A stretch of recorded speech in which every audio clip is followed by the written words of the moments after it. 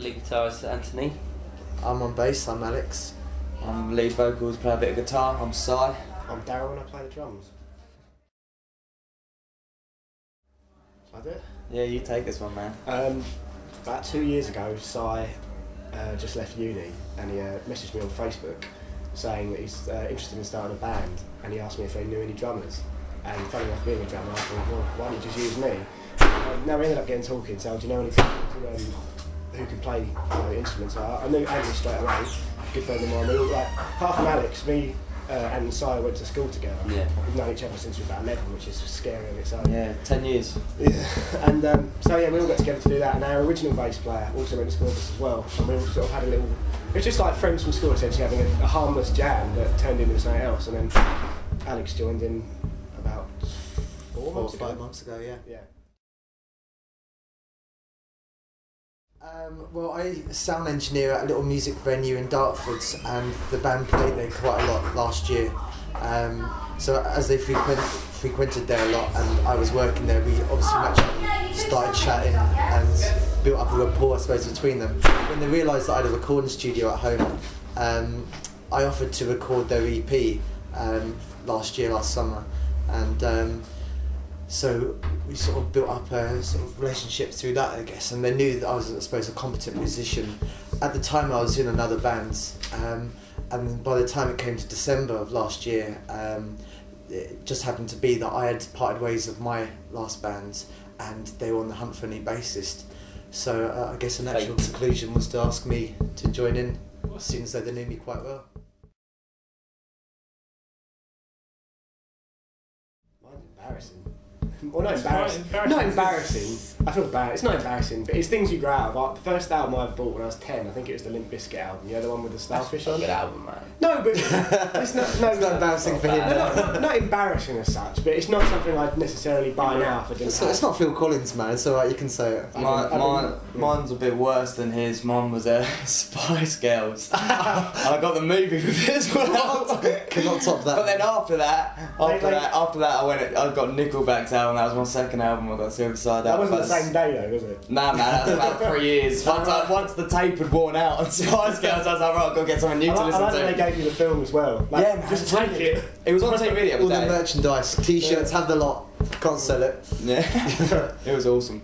Me personally, it was Squeeze Greatest Hits. I listened to it at my friend's house randomly, and I heard some of the songs, and I thought, actually, they're really catchy songs. I hadn't heard of them before, and he mentioned they were called Squeeze, so I went on the hunt for that, and followed it up a week later with the Red Album by the Beatles.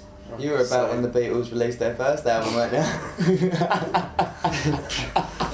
So I think I started early without any embarrassing shaky starts in terms of songwriting influences. I was in there with the quality stuff, I believe. So.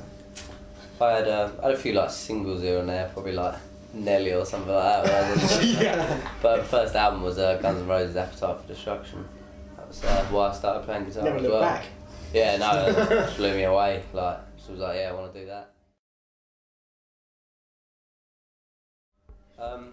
Stop tapping your foot, man. You're definitely gonna have to just keep going. I don't know, I'd say my influences vary all the time really. My main was like Chili Peppers and Guns N' Roses, but like at the moment listening to a lot of Hendrix and Jeff Beck, Beatles. All the current stuff. A lot of it. There are a lot of our sort of Try and make it my own, like whatever.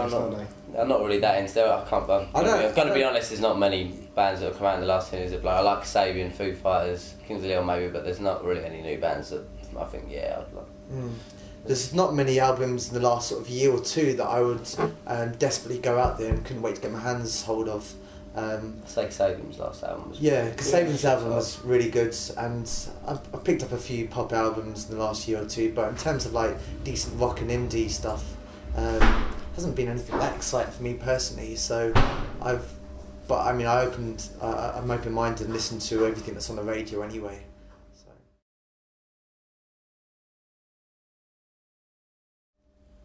Sweet Child of Mine. I tried to go in the deep end.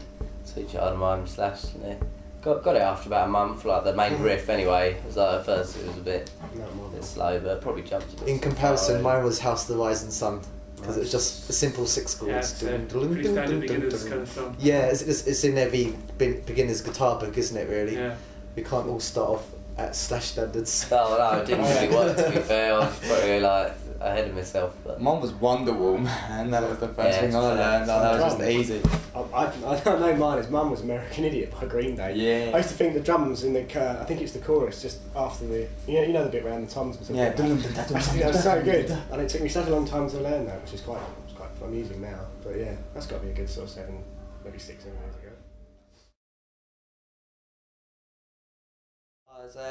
First one we ever wrote was for it. yeah. I mean, it was a song called Born Original.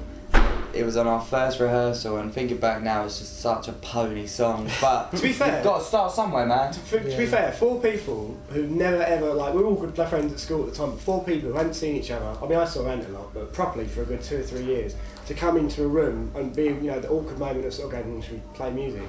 To come out with that song at the time, that's quite impressive that it was done like that. I mean, we at the time pushed it and made a video for it, so we were quite, it's more of a sort of one of those things that you sort of look back and go, oh yeah, that was, that's what we did then.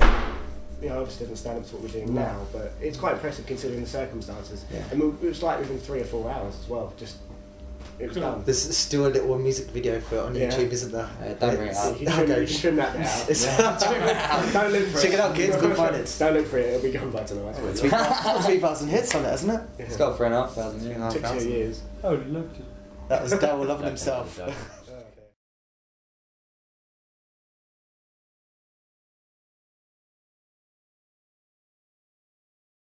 It's Spanish for not by halves, because we had this really ridiculous, the only way I can describe it is, we had this really ridiculous month or 2 over the summer where we just go and do stupid gigs, not stupid, but gigs at house parties. There'd be pools there. It just on paper looked like mayhem. We do a gig, then we dive in the pool and everyone gets really drunk. It's really good times. And everything we'd say, no media, not media, we'd say not by halves, we don't do anything by halves.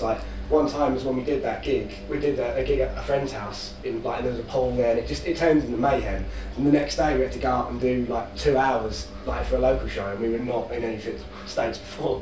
So that was where it comes from. Not by halves. Yeah, we said we don't ever do things by halves, and I guess that's still true.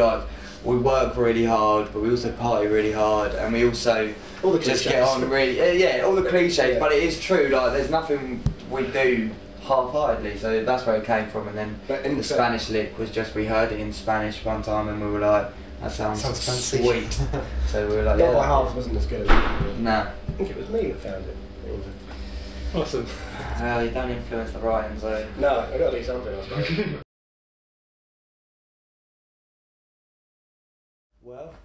Well, I think it went. It was one of those nervous things where you put it out and think, I hope people like it. I mean, we've sold a fair few copies. Yeah. We've sold a fair few copies now, and it. I guess it's not got us to where we thought it would do. I mean, when you first record something, some good reviews on the Telegraph and some other papers and magazines, wasn't there? Yeah, I mean, I think even though it's only 7 months back, and obviously I worked on it. So I can, I suppose, have my opinion as well, even though I didn't perform on it. You almost have an outside perspective. But I suppose even though it was only 9 months ago or something like that, we look back on it and think we've actually grown so much more since then. We've all become better musicians and better singers, and we think the latest songs we've written the last couple of months together are stronger. I remember recording those songs thinking, now I look back and think, oh, it's all a fucking great idea, and then you look back and it's like, but I can't believe I've done that. I guess that's the same with any artist. Yeah, any artist who records anything, even if it gets slated by press, everyone slates it, the artist will still say, well, when I released it, I thought that was the best I had, because you just get into it. You're just like, oh, it sounded brilliant. If you hear something enough times, you will love it. It's like most of the songs on the radio these days. You hear something released by someone, you think that is pony, that is rubbish.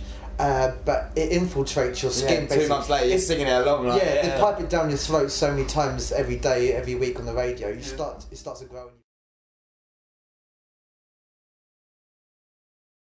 It's singles. I mean, when we first got together and said, right, it's time to go back into the studio. Or Alex's house. The idea was bashed about that we could release an album. We had enough material. No. But that's where it was. We had enough material, but were we happy releasing it as all an album? We weren't. That's one thing that when I came to the fold, I thought, well, you've got a good handful of songs there, probably enough to make an album, but I think it'd be a strong album. Yeah, I think it'd be stupid just to sort of say we've got 12 songs, let's record and release 12 tracks. You know, I think really like a lot of sort of major sign artists do. They have 30 songs, show them to the A&R people at the record label, and then the A&R will say, well, that's shit, keep that one, lose that one. And because you can't literally have 12 great songs, the first 12 that you write. No, yeah. And so I've seen a few other bands, they've, on a small scale, released their own album, but because they haven't had much money for a budget in terms of marketing and advertising, and anyone big enough behind to push it and influence it, it's just flopped and folded very quickly, and it's a waste of good talent and hard work in the studio. So and lots of money as well. Yeah, and lots of money too. I mean, I think personally, what we should do is we're recording 4 songs at the moment. Perhaps once they're all complete, get a view of people close to us as to what they think is the strongest song to release as a single, and then perhaps release the one song as a single. And follow it up maybe a month or 2 later with the other 3 songs, so there's 4 as a group, as an EP, and release that and start selling that, and hopefully it will do as well as the last EP sold. I mean, that's still under like deliberation. Like I don't know how we're going to market it. Like we don't know. We've still got to talk about that side of things. But to be perfectly fair, the songs are, they're halfway done. We don't actually know what we're going to do. It's all a sort of process. It's one step at a time, isn't it? Really. I wouldn't like to say. You just need to get as many people involved with this as possible to help push and raise the profile and exposure. Yeah. And when the moment comes, we'll know, and then we'll be able to hit it hard and hopefully get standing on giants out there to the world, I suppose.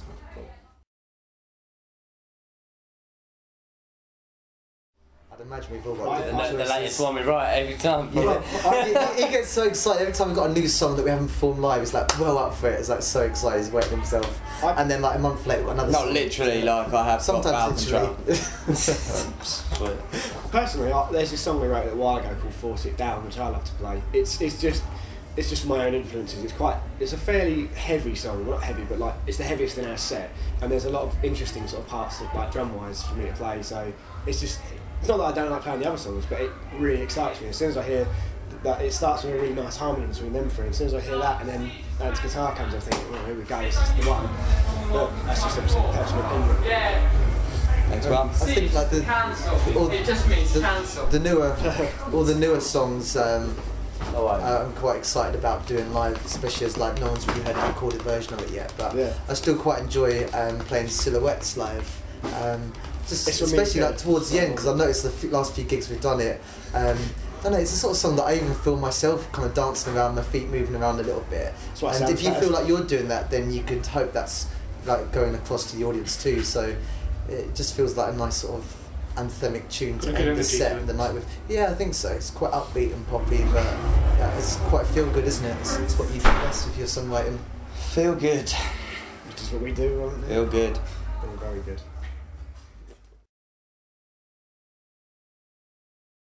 I think we just felt like we needed another way of getting ourselves out there, a more personable way, because I think obviously there's so many bands who email with a mailing list or website blogs and Facebook messages from their fan page, and they talk to their fans and people like that through that medium, but at the end of the day all it is text words on the screen, so it could be anyone writing that, and we felt a more personable way of getting across personalities and who we are. Tones is the voices. Yeah, lovely dulcet monotones. At the end of the day, apart from yours, you just don't speak. And we have we can have a bit of a laugh and a chuckle, and obviously we're there to sort of tell people and inform them what we're up to musically and that. But as you saw with the last one, it was a bit of a kind of shambles, but I think it's like in the comical way it was interesting too, and hopefully people will be interested in that, because it's quite personable. I mean, you get a feel for you. And obviously at the end of the podcast, as you know from hearing them, we usually feature each musician in the band and talk to them about what their influences were and how they were brought up with the music. So it lets people know who don't know us personally, lets them know who we are, rather than just the figure on the stage. My highlight, getting Alex. to be honest, I mean, it wasn't. I mean, Alex joining the band totally changed the feel of things and stuff. And I mean, it was a highlight, but it wasn't saying that getting rid of our old bass player was a highlight either, because he did his job that he needed to do. And now Alex is in the band. It's just changed us a lot. So I mean, that's a highlight having him, but just gigging, man, giggity, giggity, giggity. Giggity, giggity, giggity, giggity, giggity. Alright. So yeah, gigging's my highlight all the time, because it's fun and we get to actually meet people that are actually wanting to see us. Yeah, so some of the venues we played, like tonight, Queen of Oxton, like the last time we played, it was one of my favourite gigs so far in the last sort of 5 months. It's always great playing to nice crowds. Most of them here for the DJs afterwards.